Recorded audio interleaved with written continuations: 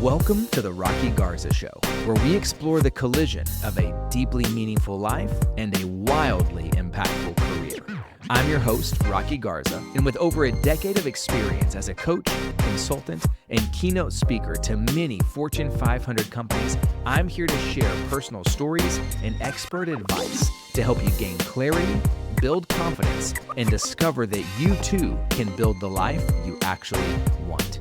Whether you're a high achiever looking for a more full life or a leader striving for professional success with purpose, this podcast was designed with you in mind.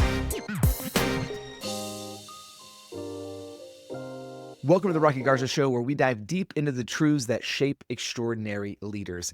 Today, we are diving into the tension of ambition and conviction. And maybe a better way to say that is we're diving into the tension of personal conviction and professional ambition. I find these two truths we usually don't allow to exist at the same time, yet if we're willing to see both sides at the same time, we might just find the clarity that we're looking for. Let's jump in. Ambition isn't the problem, but the way that you're chasing it might be ruining your life.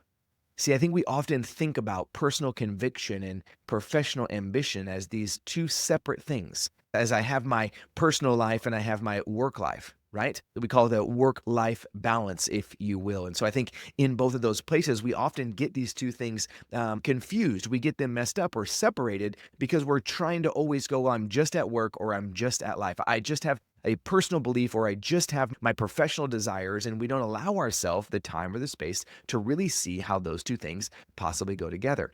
But I think when we do that, when we try to separate them, right, ambition stops being a tool and then it becomes this crisis. It becomes this significant, I think, sometimes factor of an identity crisis, if you will, because we go, wait, am I supposed to believe in what I believe or am I supposed to pursue something greater? And we get so focused on our professional ambition that I think it becomes our personal conviction.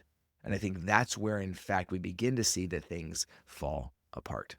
See, for me, this topic is really, really vital and important because I spent so much of my life trying to figure out how to be a husband, how to be the father, how to be a business owner. Let's not forget how to be me all at the same time.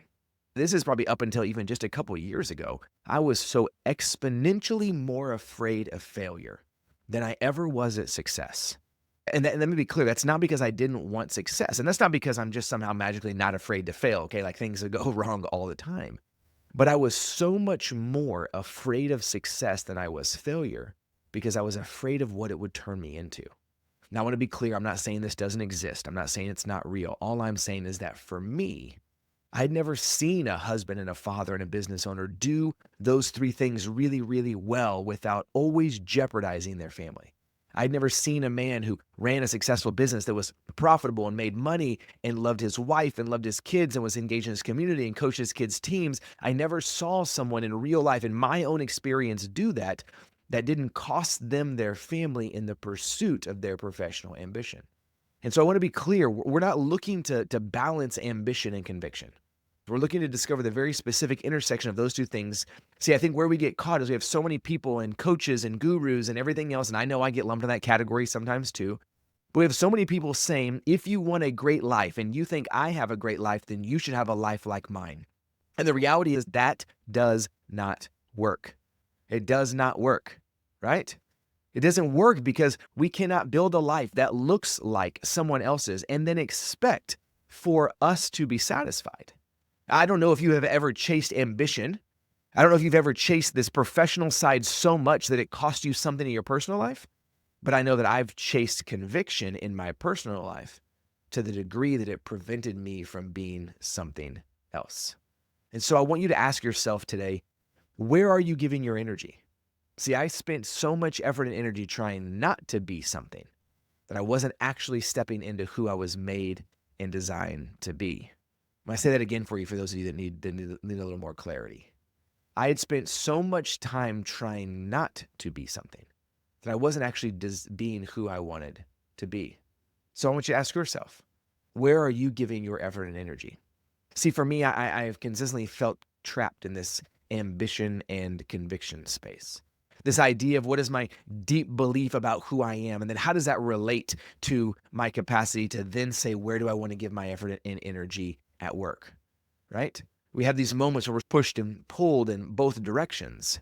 I consistently feel of this. And I think for me, I try to get rid of the idea of work-life balance and rather call it a work-life tension. Or maybe we could just take a step back if we wanted to, or in or out or wherever it is, and just say, what if we just called it life? What if our life was just life? What if it wasn't work and life balance? What if it was just life? How do you go to work and not have life? How do you show up and you don't give yourself the freedom and the capacity to be you? Now, I know not every work environment we can. I know not every place we can. But if that's the case, my question to you is, why does ambition so often feel like it contradicts presence? Why does the pursuit of climbing and doing and going to the next thing seem to so often contradict presence? Why does it contradict what I deeply believe? Why does it contradict who I really am? So I want to ask you, does fear of failure currently impact the way that you see success? Does fear of success currently impact the way that you see failure? See, there's not a right or wrong or good or bad. Again, we're taking both sides. There's not a singular path that we all follow. I'm asking you to consider, what is the path that you follow? What is the path that you are on? Where do you see yourself in that space? See, the moment for me that I realized that I actually wasn't living in that intersection of personal conviction and professional ambition. I wasn't in that intersection of a deeply meaningful life and a wildly successful career because number one, I spent so much time chasing somebody else's. And then number two, I was so afraid that if I was to give way to the ambition, if I was to give way to the drive, I would become something I was never made to become. But it wasn't until I had the clarity to realize that they can exist at the same time. Oh, wait a second. All of a sudden I realized I don't have to expend energy attempting to not be something I was never made and designed to be. See, what I find is that the clarity of these two truths give us a chance to go, wait a second, what's actually real? What's actually true? Can you fully be you? Can you have deep conviction about your life and your family and those that you love and pursue deep, meaningful work? I would go out on a limb here and I would say yes. But I think it requires us to allow both to be true at the same time. See, the goal is not to say I'm going to stick to my personal conviction. I'm just going to abandon ambition altogether. I think depending on which one of those tends to be the enemy, if you will, in your mind, I think we just need to redefine it to figure out which one of those is. I was having a conversation yesterday with a good buddy of mine, Mick. If you haven't checked out his podcast, you should. It's called Mick Unplugged, and check him out. He's a great dude. But we were having a conversation, and so I see this play out in business all the time. Often we refer to this as founder syndrome. Even if you're not a founder, I'm sure you've experienced it. We could call it leader syndrome maybe, where we have this idea that it's us and it's on us and we have the title and we have the team and we have the accountability chart, we have the org chart, we have our EOS system and Rockefeller habits, and we're having our D10s and our G10s and we're doing all the things we're supposed to be doing. And then we say, I got to work late. I got to stay longer. I got to be the first one in, the last one to leave. And I got to make sure that no matter what's going on, that I'm always there. And I want to tell you, there are so many wonderful and beautiful things about each of those ideas when the time is appropriate. There are so many wonderful and beautiful things about the idea when we allow ourselves to go, hey, sometimes being the first one in, the last one out is awesome. Sometimes putting the extra effort is awesome. Sometimes being the example for what life can look like is awesome. Sometimes your willingness to be the first one to go, to show folks that, hey, we can go home to our families. For you being the one who says, I don't answer emails after 6 p.m. For you being the one who says that, hey, Slack is shut down after 4:30 because we want you to go home. I have almost always found, and I'm not telling you that I'm right, I'm just giving you my experience. I have almost always found in any organization where from the top to the bottom, they have very clear expectations. Their level of tolerance is so high, meaning they have such clear level of excellence in what they tolerate, that when leaders see you slacking at 4:45, they reply back and say, hey, turn it off. Go home. I can almost guarantee you when that occurs, we will get the work done before 4:30 because we know after that we're out. Now we're beginning to find and see how our personal conviction and our professional ambition collide. I think Zillow is an example. I do a lot of work with Zillow, and I think they're a great example of this. They have an incredible opportunity. They have built an incredible system where they are making sure that folks define and are clear about their personal convictions such that it aligns with their professional ambition, both organizationally and individually. Yet I see over and over again when this ambition goes unchecked, when it isn't anchored in something we deeply believe, it becomes this ever-going, moving target. I think oftentimes that's where we find ourselves in burnout. When an individual or a team sacrifices clarity for rapid success, when we sacrifice conviction for just the ever more of ambition, when we sacrifice what are we actually doing and attempting to build as an organization, and we sacrifice that for the idea that if we don't get X% of growth, then we must be failing. And I want to be very clear with you. I love growth. But the companies that I find that thrive are the ones that hold ambition in one hand and conviction in the other. And they allow their people to exist in the midst of both. So I want me to ask you, where are you in that intersection? Where are you in the intersection of those two things?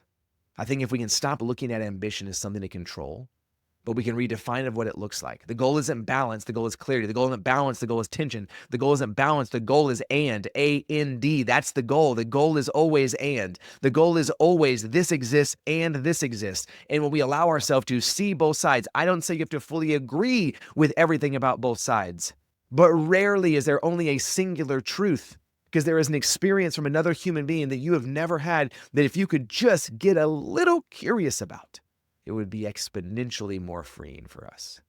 So I'm going to ask yourself, where is the intersection between who I am and what I'm building? Where is the intersection between what I deeply believe and what I really want to pursue? And when you feel torn between which one do I do, pushing forward and pulling back, I want you to ask yourself, am I afraid of what ambition will make me? Am I afraid of who I already am? Is my ambition leading me towards something, or am I simply attempting to run from failure? I encourage you to ask yourself those questions this week. Write a few answers down. Do I think that I'm clear on what I want, or I just think I'm afraid of what I don't? It was a question I had to ask myself. Ambition doesn't have to ruin your life, but if you learn how to use it and hold it with conviction, that might just be the key to your success. But I've yet to find that success came from just chasing more. I've yet to find that really getting what we want, the life we really want, came from just an all-out pursuit of more. Ask yourself this week, where is my ambition actually leading me? Thank you so much for tuning in to the Rocky Garza Show. I hope today's tension created the opportunity for you to see life in a brand new way, to realize that clarity can be found in the tension of two truths. If this episode resonated with you and you're ready to take the next step in your leadership journey, I'd love to invite you to my next workshop called Leading Without Losing Yourself. In this workshop, we're going to dive deep into tools and strategies that you need in order to gain clarity and purpose and discover for you what is the intersection of a deeply meaningful life and a wildly successful career. It's not jargon. It's not fake. It's not hyperbole. It's real actionable growth that works for you. Go to rockygarza.com/confidence. Again, that's rockygarza.com/confidence, where you can secure your spot for our event. And as always, remember to be seen, be known, and lead well. And until next time, I'm Rocky Garza. And when you decide you really want it, prove it.